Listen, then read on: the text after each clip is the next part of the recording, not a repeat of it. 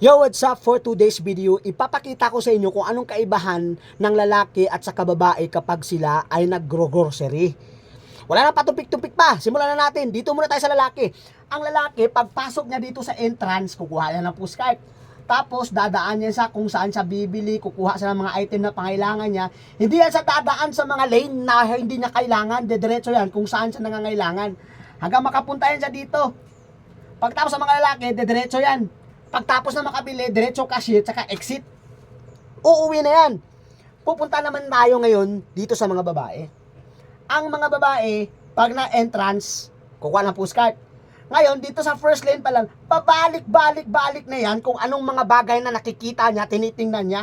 Lahat ng lane dapat mapuntahan niya na pabalik-balik at ang mga bagay na di nakakailangan, bibilhin niya. Yung mga bagay na hindi naman nagagamit, bibilhin niya rin. Lahat ng mga perfume, tester, lipstick, susubukan lahat, makapunta dito, lahat iikutin, mag-grouping. Namaya, lalabas pa yan para ihi dito. Tapos babalik naman. Mag-grocery na naman yan siya. Mamaya pupunta yan dito sa cashier. Pag dito sa cashier, mamaya babalik kasi may nakalimutan. Perfume, lipstick. Dito kukuha, babalik naman yan sa cashier. Pagkatapos ng nasa cashier na naman siya, babalik, mamaya magmamarites muna yan dito.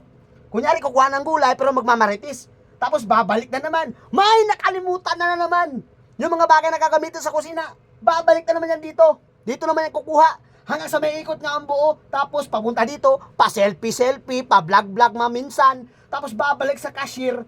Pagkatapos doon sa cashier, pagkatapos na magpapunch, doon na siya lalabas. Pero halos po na maikot niya muna ang lahat sa supermarket bago sila lalabas.